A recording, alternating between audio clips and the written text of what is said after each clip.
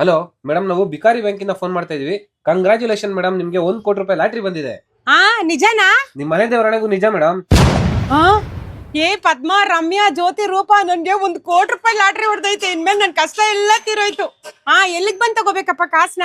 ನೀವೆಲ್ಲೂ ಬರೋ ಅವಶ್ಯಕತೆನೇ ಇಲ್ಲ ಮೇಡಮ್, ನಾವೇ ನಿಮ್ ಅಕೌಂಟ್ ಕಳ್ಸಿಕೊಡ್ತೀವಿ. ಹೌದಾ? ಮೇಡಮ್, ನಿಮ್ ವಾಟ್ಸ್ಆಪ್ ಒಂದು ಸ್ಕ್ಯಾನರ್ ಕಳ್ಸಿದೀನಿ. ಪ್ರೊಸೆಸಿಂಗ್ ಫೀಸ್ ಅಂತ ಅದಕ್ಕೊಂದು 5,000 ರೂಪಾಯಿ ಕಳ್ಸ್ಬಿಡಿ ಮೇಡಮ್. ಅದ್ ಬಂದಿದ ತಕ್ಷಣ ನಿಮ್ ಅಕೌಂಟ್ಗೆ 1 ಕೋಟಿ ರೂಪಾಯಿ ಹಾಕ್ಬಿಡ್ತೀನಿ. ನನ್ಗೋಸ್ಕರ ನೀನ್ 1 ಕೋಟಿ ರೂಪಾಯಿ ಕೊಡ್ತಾ ಇದೀಯಾ? ನಿನ್ಗೋಸ್ಕರ ನಾನು 5,000 ಕೊಡಕ್ಕಾಗಲ್ವಾ? ಸ್ಕ್ಯಾನರ್ ಕಳ್ಸಿದೀನಿ ನೋಡಿ ಮೇಡಮ್. ಅಯ್ಯೋ, ನನ್ ಸ್ಕ್ಯಾನರ್ ಗಿನ್ನರ್ ಗೊತ್ತಿಲ್ಲಪ್ಪ. ಈ ನಂಬರ್ಗೆ 5,000 ಕಳ್ಸೋ.